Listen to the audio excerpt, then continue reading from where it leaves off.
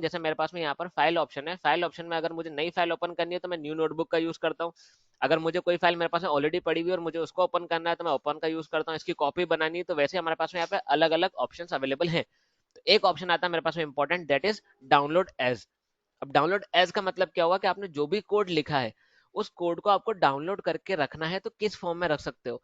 तो अगर मुझे जो फाइल में बना रहा हूँ, क्या मैं बना रहा हूँ, नोटबुक पे बना रहा हूँ, तो अगर मुझे नोटबुक के अकॉर्डिंग ही फाइल को रखना है तो मैं यहाँ से डॉट IPYNB यूज करूंगा।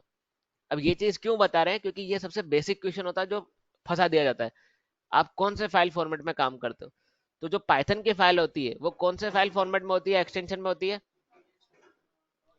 .py पे होती है। नोटबुक फाइल की बात करें तो वो काय में होगी, .IPYNB। ठीक है, तो अब काम करो, आपको फाइल सबमिट करनी है। अब आपको सबमिट कैसे करनी है, कोड और आउटपुट और सबके साथ में करनी है, तो आप क्या कर सकते हो, यहाँ से डायरेक्ट PDF भी सेव कर सकते हो। सेम एडिट का ऑप्शन आ रहा है, एडिट में सबसे पहले हमें नाम देखने को मिल रहा है का सेल का। अब सेल किसको बोलेंगे हम, जिसमें हम काम कर रहे हैं, तो वो सेल इसी के अकॉर्डिंग काम करता है। ठीक है, तो अब यहाँ पर उस सेल के अकॉर्डिंग हम यहाँ पे अलग अलग चीजें कर सकते हैं, डिलीट करना है, कॉपी करना है, कट करना है, किसी चीज को पेस्ट करना है, मूव अप करना है, मूव डाउन करना है। मतलब जो लाइन आपने बाद में लिख दी उसको ऊपर लिखनी थी तो आप उसको मूव अप करके यूज कर सकते हो। व्यू के अंदर हम यहाँ से इसका व्यू सेट कर सकते हैं। अगर मुझे टॉगल हेडर नहीं देखना तो मैं इसमें हटा सकता हूँ, मुझे टूल बार नहीं देखनी तो मैं हटा सकता हूँ, अगर मुझे लाइन नंबर नहीं देखने हैं तो मैं ऐसे यूज कर सकता हूँ। तो अलग अलग ऑप्शंस मेरे पास में अवेलेबल है। और ठीक है, अब यहाँ पे इंसर्ट का ऑप्शन है हमारे पास में, insert cell above, insert cell below. अगर हम सेल पे काम कर रहे हैं, उस सेल से अगर मुझे ऊपर की तरफ कोई सेल इंसर्ट करनी है तो हम अबाउ का यूज करते हैं, और नीचे की तरफ हमें एक और नई सेल चाहिए तो हम बिलो का यूज करते हैं। फिर सेल का ऑप्शन है हमारे पास में। अब पहले हमारे पास में जो एडिट के अंदर ऑप्शन था वो सेल को डिलीट कॉपी पेस्ट करने के लिए था। अब यहाँ पर जो सेल का ऑप्शन है वो काय के लिए है, उस सेल के अंदर लिखे हुए प्रोग्राम को रन करने के लिए है। कि आपको स्पेसिफिकली एक सेल को रन करना है, आपको स्पेसिफिकली सारे पूरे प्रोग्राम को रन करना है, आपको रोकना है, क्या करना है, वो सारी चीजें आपको यहाँ पर देखने को मिल जाएगी। नेक्स्ट आता है मेरे पास में कर्नल बोल सकते हैं, या फिर जो इस चीज को रीड करेगा, मतलब हमने जो लाइन लिखी उसको रीड करके क्या आउटपुट आएगा वो रिटर्न देने वाला है हमारे बीच का मीडिएटर, ये हो गया।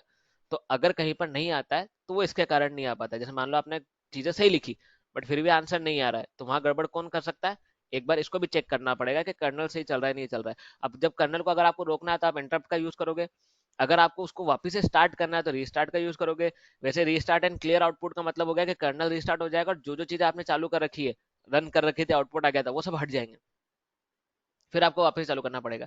अगर आप रन ऑल करते हो तो आपने जितनी भी लाइनें लिखी है वो एक एक करके सबका आउटपुट देता हुआ जाएगा।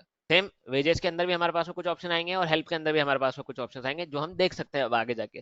ठीक है, अब आते हैं हमारे आइकन्स पे। आइकन का मतलब पता है, ये सेव का ऑप्शन हो गया, मतलब आपने जो भी लिखा हुआ है अगर आपको क्या करना है, आपको यहाँ पर सिर्फ सेव करके रखना है। जो हमारी डिक्शनरी है जहां पर हमने मेन हमारा पास में जो फोल्डर जहां पर सेव होगा सिर्फ वहीं पर सेव करके रखना है। तो आप सिंपल यहाँ से सेव पे क्लिक कर सकते हो, जिससे क्या होगा, जो टाइटल है उस अकॉर्डिंग वो फाइल सेव हो जाएगी। ठीक है, नेक्स्ट है हमारे पास में प्लस का साइन, मतलब आपको क्या करना है, इंसर्ट अगर सेल करनी है बिलो तो आप इसका यूज कर सकते हो। दूसरा ऑप्शन क्या हो गया हमारे पास में, बी, बिलो का यूज कर सकते हैं। ए फॉर अबाउ यूज कर सकते हैं, शॉर्टकट भी हो गया।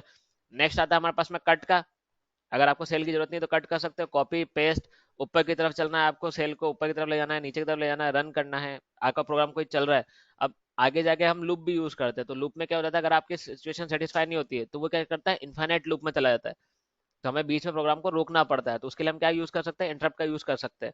वैसे अगर आपको वापस से स्टार्ट करना है तो रीस्टार्ट यूज कर सकते हो, फास्ट फॉरवर्ड अगर आगे चलना है तो यूज कर सकते हो, और अलग अलग लाइन में लिखी हुई चीजों को स्पेसिफाई करना है तो हम फिर इसका यूज करेंगे। ये हमारे पास में एक रो है, यहाँ पर हमारे पास में रो नंबर लिखा हुआ आएगा, और इसे हम सेल बोलते हैं जहां पर हम चीजें लिखेंगे। जैसे सबसे पहले हमने मान लो यहाँ पे लिख दिया डे 2। ठीक है, अब ये मेरा कोई कोड नहीं है। ठीक है, अगर कोड नहीं है तो मैं इस चीज को किस किस तरीके से बता सकता हूँ। सबसे बेस्ट ऑप्शन हमारे पास में पहला आता है, कमेंट बना दो, बात खत्म। ठीक है, अगर मैंने इसको यहाँ पे क्या कर दिया, सिंपल कमेंट बनाने के लिए हैश का यूज कर दिया तो ये कमेंट बन गया, तो ये रन नहीं करेगा बट ये रहेगा यहाँ पे। सेकंड क्या हो जाता है हमारे पास में, यूज क्या होता है, सिंगल लाइन कमेंट के लिए होता है। दूसरा इज यूज टू राइट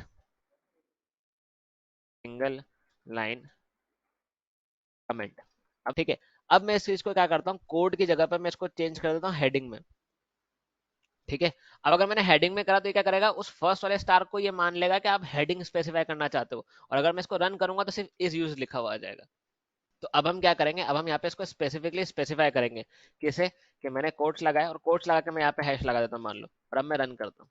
तो अभी उसको ऐसे रीड करेगा, क्योंकि जो स्टार्टिंग में हैश लगाया है, हैश के साथ में एक दो तीन आपने हैश लगाया, तो साइज को कम ज्यादा करने में काम आते हैं। बट अगर आप थोड़े से डिस्टेंस के बाद में लिखना चालू करते हो तो उस चीज को रीड करेगा। डे टू का रखा है, अब इसकी साइज और इसकी साइज अगर सेम होगी तो डिफरेंस क्या रह जाएगा? तो हम क्या करते हैं, मान लो मैं इसको हेडिंग में चेंज करता हूँ, अब हेडिंग पे मैंने क्लिक करा, इसको रन कर दिया, तो ये दोनों की साइज सेम लग रही है।